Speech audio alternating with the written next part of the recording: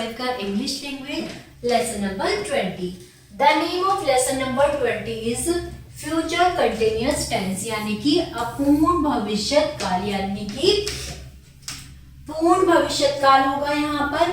अब ये future continuous tense हमें कैसे पता चलेगा, हम इसकी पहचान को पढ़ते हैं। चलिए, इसकी पहचान है इस काल के वाक्य के अंत में रहा होगा, रही होंगी, रहे होंगे, रहा होगा आदि शब्द आते हैं।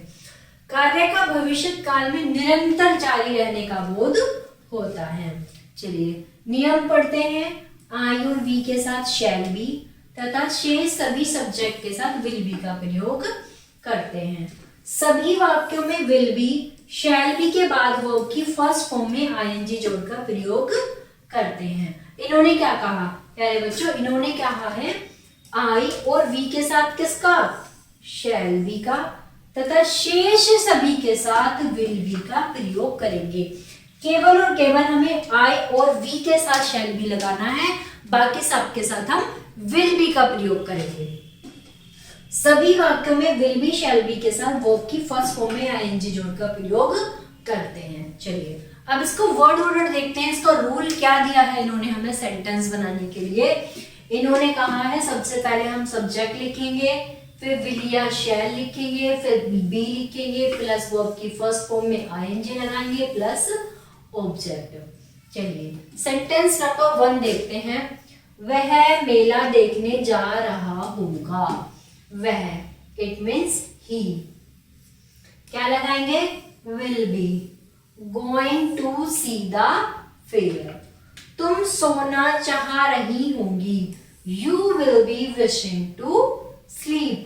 हम केक खा रहे होंगे, we shall be eating a cake. मैं निबंध लिख रहा हूंगा, I shall be written an ऐसे।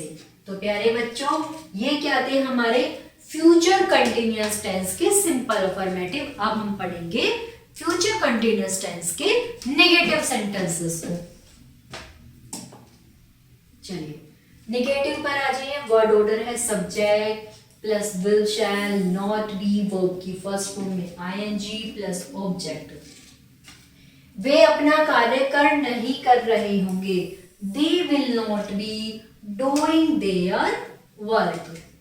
अब देखिए यहाँ पर किसका प्रयोग किया हमने, नोट बी का। किसका, नोट बी का। अभी इन्होंने नोट बी कहाँ लगाया है, सब्जेक्ट। सब्जेक्ट हमारा क्या है, दे, यानी कि वे। अब इन्होंने क्या लगाया, विल नॉट बी। विल लगा चुके हैं हम, नोट भी लगा चुके हैं। अब हम लगाएंगे वर्ब की फर्स्ट फॉर्म में आईएनजी। क्या काम हो रहा है, कार्य करना, यानी कि डूइंग देयर होमवर्क। माली पौधे नहीं लगा रहा होगा, the gardener will not be planting. हम परीक्षा नहीं दे रहे होंगे, we shall not be appearing in the examination. मैं फूला नहीं समा रहा हूं, I shall not be contenting with joy. नियम कह रहा है नहीं के लिए विल शैल के बाद नॉट बी का प्रयोग करते हैं।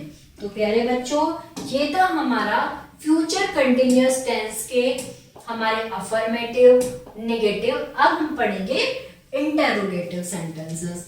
वर्ड ऑर्डर है will shall plus subject plus be verb की फर्स्ट फॉर्म में आईएनजी प्लस ऑब्जेक्ट। चलिए क्या वह मक्खन खा रहा होगा, will he be eating butter. किसका प्रयोग किया हमने स्टार्टिंग में सबसे पहले विल का। क्यों किया, क्योंकि हम यहाँ पर इंटरोगेटिव सेंटेंसेस यानी कि प्रश्नवाचक वाक्य को बना रहे हैं। जब हम प्रश्नवाचक वाक्य को बनाते हैं तो विल और शैल को सब्जेक्ट से पहले तथा बी को सब्जेक्ट के बाद लगाते हैं। वाक्य के मध्य प्रश्न सूचक शब्द आने पर सबसे पहले इन्हीं शब्दों की अंग्रेजी लगाते हैं।